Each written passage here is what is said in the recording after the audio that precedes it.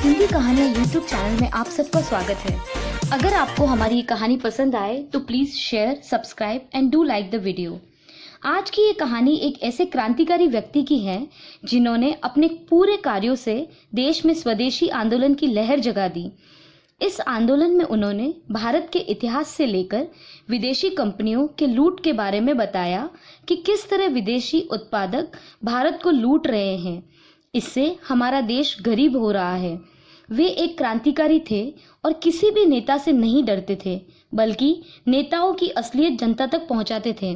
इनका नाम है श्री राजीव दीक्षित। आइए अब हम इनकी जीवनी देखते हैं। इनका जन्म 30 नवंबर 1967 को उत्तर प्रदेश के अलीगढ़ जिले के नाहा गांव में हुआ था। उनका पूरा नाम राजीव राधाराम दीक्षित था। उन्होंने फिरोजाबाद जिले में गांव पीडी जैन इंटर कॉलेज में 12वीं कक्षा तक शिक्षा ली। उसके बाद उन्होंने केकेएम कॉलेज जामुही बिहार से इलेक्ट्रॉनिक्स और संचार में बीटेक की डिग्री के लिए दाखिला लिया, लेकिन मातृभूमि के लिए उनके जुनून ने उन्हें राष्ट्र धर्म के कारण सेवारत भारतीय संस्कृति और स्वदेशी आंदोलन के लिए उन्होंने उसे बीच में ही छोड़ दिया। उन्होंने 1991 में आज़ादी बचाओ आंदोलन शुरू किया। वह एक ब्रह्मचारी थे। वे भारत स्वाभिमान ट्रस्ट में सचिव के रूप में काम कर रहे थे और पतंजलि योगपीठ में बाबा रामदेव के साथ काम कर रहे थे। वे चंद्रशेखर आजाद, भगत सिंह, उधम सिंह जैसे भारतीय क्रांतिकारियों की विचारधारा से प्रभावित थे। उनका जीवन भी शराब और गुटखा उत्पादन, गाय कोमलता और सामाजिक अन्यायों को रोकना जैसे कारणों के लिए समर्पित था। 1999 में उनकी मुलाकात स्वामी रामदेव से हुई, जो उस समय योग को देश में फैलाने के लिए अग्रसर थे। रामदेव के साथ मिलकर उन्होंने भारत को स्वावलंबी और स्वदेशी बनाने के लिए 10 वर्षों तक अथक प्रयास किए। 10 वर्षों के बाद दोनों ने मिलकर 2009 में भारत स्वाभिमान की स्थापना की थी। इसके राष्ट्रीय सचिव का पद राजीव दीक्षित को दिया गया। 1 अप्रैल 2009 को भारत स्वाभिमान का उद्घाटन हुआ था, जिसे आस्था टीवी चैनल पर सीधा प्रसारित किया था।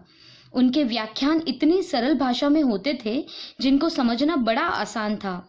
उनके व्याख्यानों से लोगों को स्वदेशी की महत्ता का पता चला था। उन्होंने कई विदेशी कंपनियों का खुलासा किया जो कि भारत को लूट रही थी। उनके मुताबिक विदेशी कंपनियों को भारत में बिजनेस करने का अधिकार नहीं होना चाहिए, क्योंकि इससे अर्थव्यवस्था कमजोर पड़ती है। देश का पैसा बाहर जाता है। विदेशी कंपनियां घटिया माल बनाकर भारतीयों को बेचती है।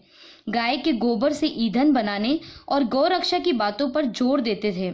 उन्होंने पूरे देश में घूम घूम कर स्वदेशी का प्रचार किया। 13,000 से ज्यादा व्याख्यान किए और व्याख्यानों में भारत के शानदार इतिहास का जिक्र करते हुए स्वदेशी सामान खरीदने का आग्रह किया।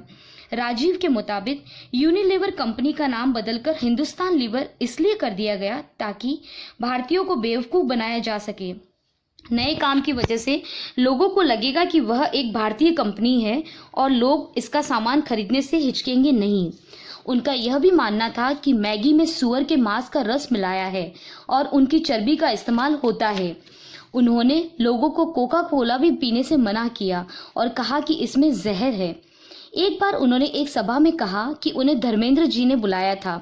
जब वे वहां पहुंचे तो उन्होंने हेमा मालिनी से पूछा कि क्या आप लक्स साबुन से नहाती हैं, तो उन्होंने कहा कि नहीं, मैं तो बेसन का इस्तेमाल करती हूं। तब राजीव जी ने हेमा जी से कहा कि ये आप सबको क्यों नहीं बताती, तो हेमा जी ने हंसकर कहा कि अगर बता दूं तो सब मेरी तरह खूबसूरत नहीं हो जाएगी। वह इन बातों से यही बताते हैं कि जिस एडवर्टीजमेंट को देखकर हम इतना प्रभावित हो जाते हैं और वह सौंदर्य प्रसाधन खरीद लेते हैं, इसके विपरीत एडवर्टीजमेंट करने वाला खुद उस प्रोडक्ट को कभी यूज नहीं करता। वे घरेलू नुस्खों के बारे में बताते थे। वे कहते थे हमें गाय के गोबर से बने साबुन से नहाना चाहिए और विदेशी साबुन न खरीदने से अपना पैसा अपने ही देश में रहेगा। इससे बहुत सी कंपनियां उनसे नाराज हो गई थी।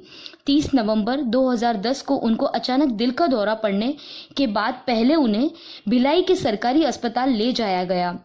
उसके बाद उन्हें अपोलो अस्पताल में भर्ती कराया गया। उन्हें दिल्ली ले जाने की तैयारी की जा रही थी, लेकिन इसी दौरान डॉक्टरों ने उन्हें मृत घोषित कर दिया गया। चिकित्सकों का यह भी मानना था कि वे होम्योपैथिक दवाओं के लिए अड़े हुए थे। निधन होने के बाद उनका पोस्टमार्टम नहीं किया गया। दीक्षित के परिवार वाले भी उनकी मृत्यु के कारणों पर संदेह व्यक्त करते हैं, क्योंकि कहते हैं उनका शरीर पूरा काला पड़ गया था। शरीर काला तभी पड़ता है जब जहर दिया जाता है। हालांकि इस बात की पुष्टि आज तक नहीं हुई कि जो खुद आयुर्वेद के ज्ञाता थे उन्हें अचानक कैसे अटैक आ गया और उनका शरीर काला कैसे पड़ गया मृत्यु के बाद। आज वे अगर जिंदा रहते तो भारत में स्वदेशी और आयुर्वेद का सबसे बड़ा ब्रांड बन चुका होता, जो कि बाबा रामदेव के प्रोडक्ट्स की तरह महंगा भी नहीं होता। वे कभी 20 साल में बीमार नहीं पड़े। ऐसे क्रांतिकारी का जाना कई सवाल उठाता है। उम्मीद है आपको हमारी ये कहानी पसंद आई होगी। धन्यवाद।